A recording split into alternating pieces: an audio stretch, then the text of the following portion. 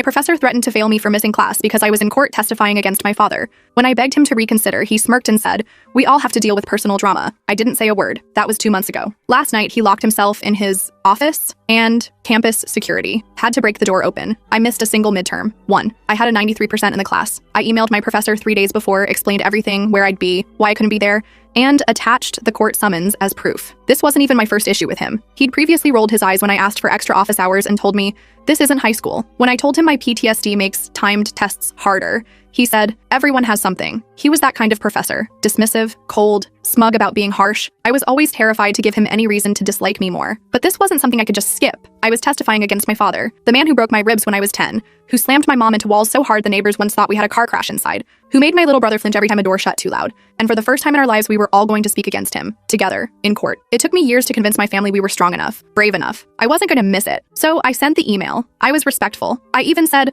"I'll take a 0 if I have to. I just wanted to ask." He replied with, "We all have to deal with personal drama. If you miss this test, I will be forced to fail you from my class." That was it. No, sorry to hear that. No reschedule, no acknowledgement.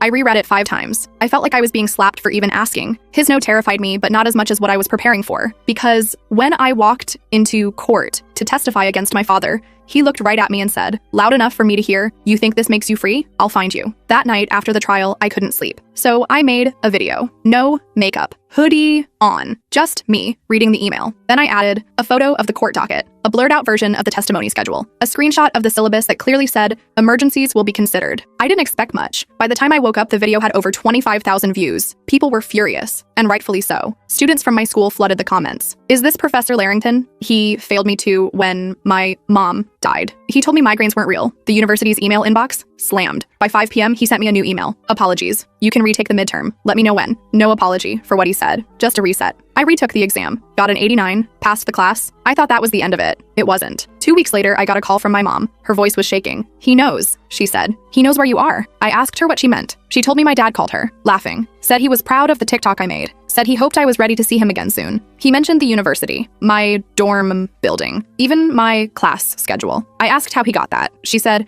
"He said a professor gave it to him." My heart stopped as I realized I knew exactly which professor contacted him. I quickly filed an incident report. They escalated it to admin. My lawyer called the courthouse, confirmed it. My dad had posted bail. He was out. And now he knew where I was, because the same man who punished me for testifying gave him a map back to me. I haven't slept since. I have a friend sleeping on my floor. I don't go anywhere alone. I've got pepper spray in every bag, a makeshift alarm on my door, and a security app on my phone. The university says they're investigating. I've since posted an update video. I told people what happened and blurred names. But the comment section exploded. People were outraged, DMing the university, sharing the story, tagging